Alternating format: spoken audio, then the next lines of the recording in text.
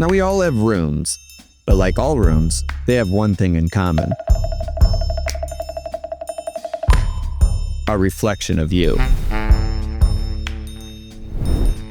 Your likes, your dislikes, and everything in between. Now, these rooms sometimes take on a life of their own.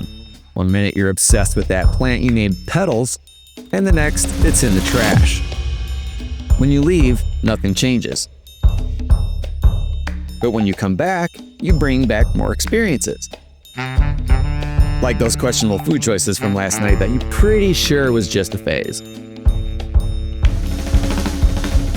Suddenly, that same room feels different.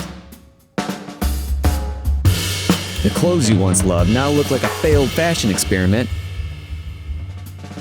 And the posters that inspired you now just seem to glare at you like they're judging you for your life choices.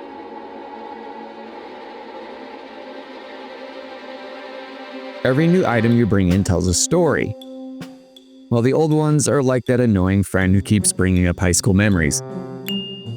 Or the stack of books on your desk that might remind you of a phase when you were super into reading, but really turned out to be just a solid Netflix binge. Each item has its own unique tale, But just as your taste and experience shift, so too does the room.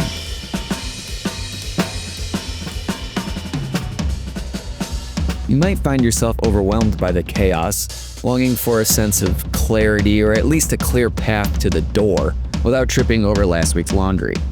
In these moments, you realize the power of decluttering. As you sift through your belongings, each item becomes a choice point. Does this truly reflect who I am now? This constant ebb and flow of your room highlights how it evolves with you. Your room can even become a sanctuary for creativity. A place where dreams take shape, ideas are born, and you may or may not come up with the master plan to take over the world. Because remember, even if you're not navigating through piles of laundry, are you even living life to the fullest?